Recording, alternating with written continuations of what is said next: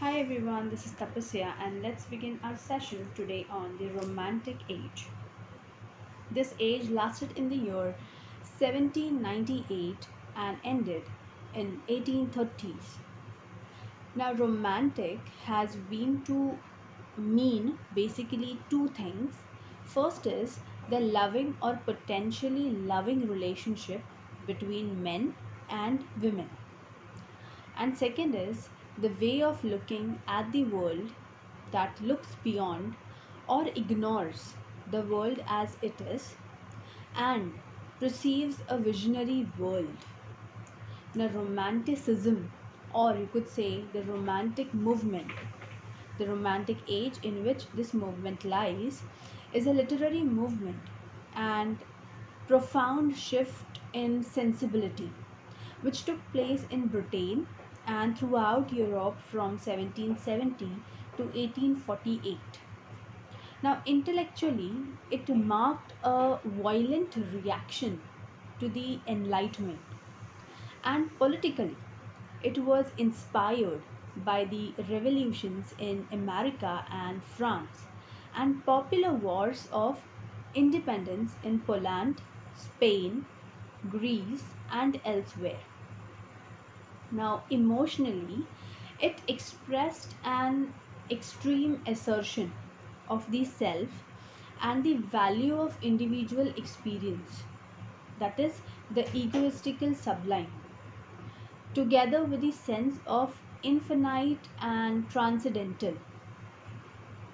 And socially, it championed the progressive causes, though when these were frustrated, it produced a bitter, gloomy, and despairing look. So, the Romantic Age began in 1798 when William Wordsworth and Samuel Taylor Coleridge published Lyrical Ballad and ended in 1832 when Walter Scott died. Now, if we define this particular age, literature depicting emotional matters is an imaginative form.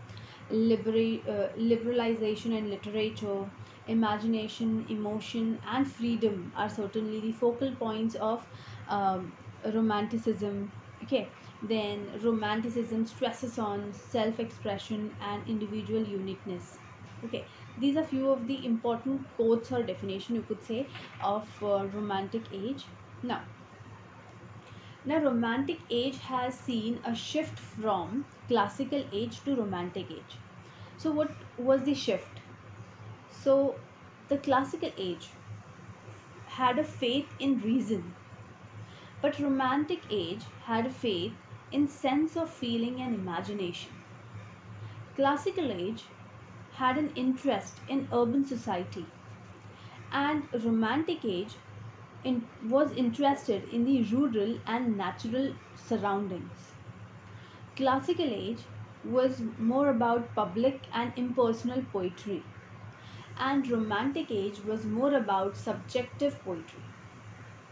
Classical age concerns with the scientific and mundane things, but Romantic age was interested in the mysterious and infinite things. Now, what does Romanticism includes? It includes subjectivity and an emphasis on individualism. It has a devotion and superiority to beauty. It had freedom from rules. It had solitary life, spontaneity, imagination in is superior to reason, a love and worship of nature was the important part, fascination with the past, especially the myth and mysticism of Middle Ages, was included in Romantic age. And Romanticism is characterized by five I's. Okay, first is imagination, second is idealism, third is intuition, fourth is inspiration, and fifth is individuality. Now, if you talk about the characteristics of this romantic era, the first characteristic is common man and childhood over urban sophistication. So, what does a romantic people believe? Romantics believed in the natural goodness of humans, which is hindered by the urban life of civilization. And they believed that the savage is noble, childhood is good, and emotions inspired by both the beliefs causes the heart to soar. The second important characteristic is emotions over reason. Now, in this feature, romantics believed that knowledge is gained through intuitions rather than deduction. This is best summed by the Wordsworth, who stated that all good poetries is the spontaneous overflow of powerful feelings. Uh, Third important feature of this particular age is nature over artificial. So, romantics stressed the awe of nature in art and language and the experience of sublimity through a connection with nature. And romantics rejected the idea of industrial revolution. Next is the individual over society. So here again, romantics often elevated the achievements of the misunderstood heroic individual outcast. The fifth important feature of romantic age is imagination over logic. So romantics legitimize the individual imagination as a critical authority. And there are common features of romantic poetry.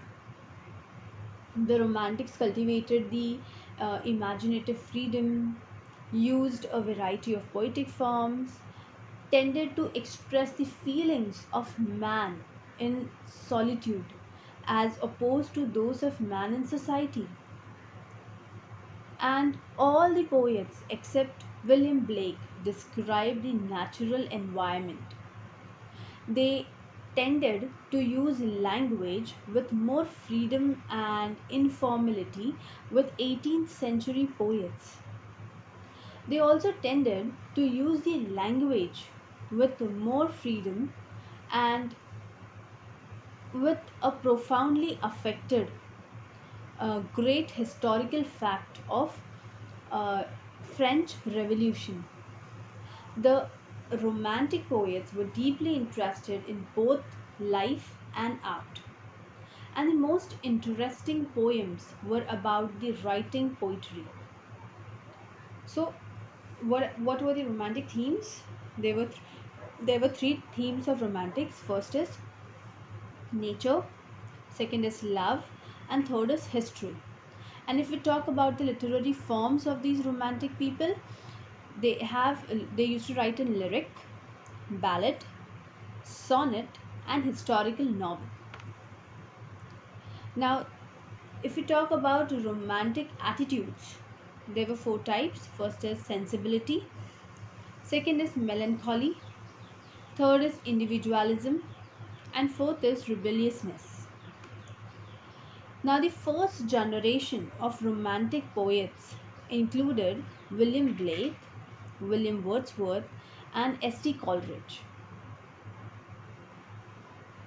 And the second generation of romantic poets included Byron, Keats, and P.B. Shelley.